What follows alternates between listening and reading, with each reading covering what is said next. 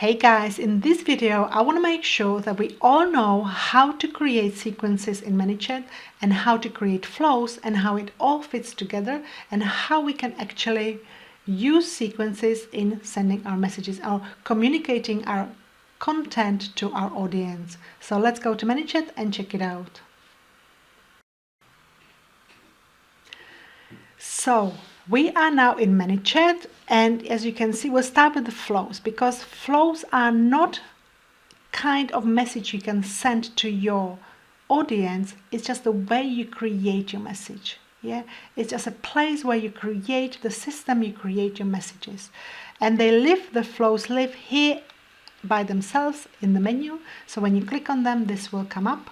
You're probably not going to have many folders if you're just starting out, but this is what it's going to look like. Now I strongly suggest that you organize your flows into folders. So you always click on here on a folder, and things which relate to one thing are in one folder. For example, your marketing tips could be in one folder, other thing will be in another folder. So please get organized, otherwise you will never find your flows. Now, why do you even want to create the flows?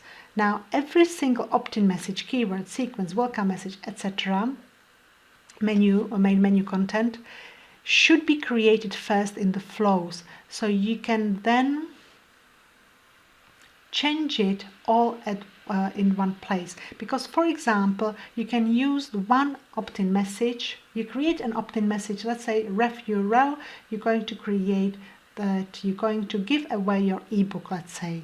But you also can use the same message, not just in the ref URL, but you can use it, for example, a part of your welcome message, etc.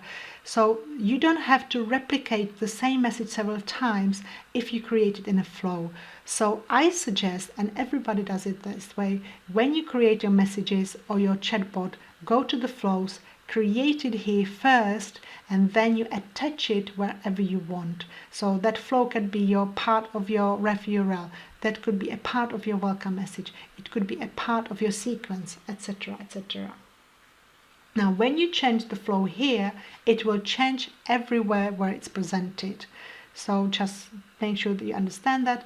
That flow, if you change it in the flows, you can only change it once, and it will be then changed in that opt-in message, in that sequence, in that welcome message. So that's why it's much more effective to create your flows first and then attach it to your sequences, attach it to your broadcasts. Also with broadcasts, once you create your broadcast and you send it out, you cannot change it. You can't change anything about it. And imagine that when you have quite a big audience all around the world, they all live in different time zones. And if you if you use the chatbot correctly, you shouldn't really be sending messages at night time. So you're going to have a condition in the broadcasts that you're going to only send it between 8 to 8 p.m., 8 a.m. to 8 p.m., for example. Now, if you make a mistake in your broadcast, and it happens all the time, your link is broken, or you make a typo and you don't like that, you just don't see it as professional and you mind that, usually people will tell you that. Yeah, so you send the broadcast, and within half an hour, when people start getting it, somebody will get back to you, or somebody from your team will pick it up, or you will pick it up, that you made a mistake. If you prepare that broadcast just in broadcasts, everyone will get that mistake. But if you prepare it in a flow and you change it, you still have people who haven't received your message yet because of the time zone difference. You still have a chance to correct it here in the flows, and because it's attached to the broadcast, it will automatically change that broadcast. So when people will get it later, they already get the correct message. So that's also one big advantage of why using flows. So that's flows. Now let's have a look at sequences. Sequences live in here in automation, and you really need to be pro, so you have more than three sequences if you are on a free account or free policy. But you really, if you are serious about messenger marketing, you really need to go pro. So this is my training account or training Facebook page.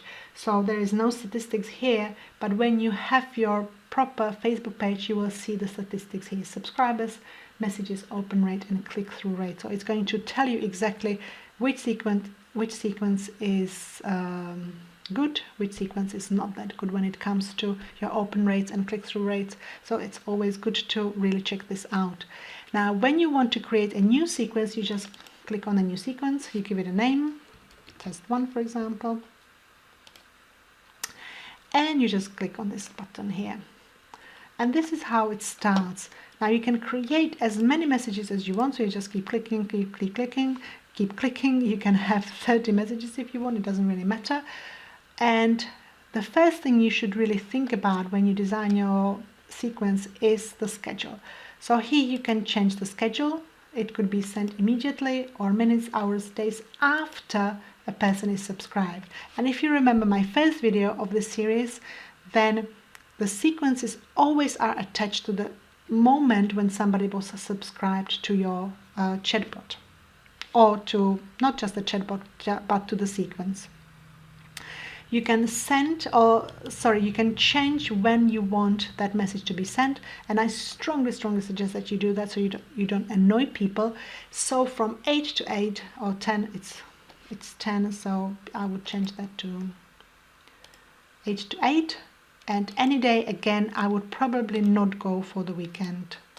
So tick that off, Monday to Friday. And that's my schedule done. Now, as you can see here, now you can create a new message or you can select existing. So if you select existing, you would just attach that flow. That's what I was talking about.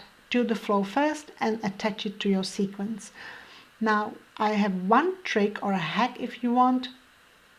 Now, because we know, and if you're not sure about this, please watch my next video on broadcasting, on how to send broadcasts. We know that from the 1st of August 2019, you can only send non-promotional messages if you have a permission from Facebook page. And if you don't get that permission, you can only send non-promotional messages if they fall within 16 tags. Now, for the purpose of coach and online course creator, the 16 tags are quite useless apart from one. I'll show you when we do the broadcast video, which concerns like letting people know about an upcoming event. So that's going to be handy when we do our webinar notifications, etc. But if it's anything else non-promotional, so let's say you have a podcast which you'd like to share where you were a guest, or you have a guest where you had a guest and you want to share with your audience, and with broadcast you cannot send that out if you don't have the permission, or if you don't have the permission, you just can't send it out. You would have to use it or send it as a sponsored message. You would have to pay for it. But what you could do, you can just set up a sequence where there's going to be just one message. So we're going to delete those. And you're going to subscribe people to that sequence. And in that message you would going to send, or in the sequence, the message you're going to send, hey guys, or hey Eva, I have a great podcast which I would like to blah, blah, blah, blah, blah, blah. So that's your copy, of course. And what you're going to do is that you're just going to play with this button. If you want it sent on Monday morning, just letting people know that you had a great podcast, just wait until Monday morning and just make it active. Well, there's nothing in it, so it doesn't work. But if we, let's say we're going to create a test, so I can show you how it goes green. So we're going to send, wow, we have a great podcast. I want to share. We're going to publish that message.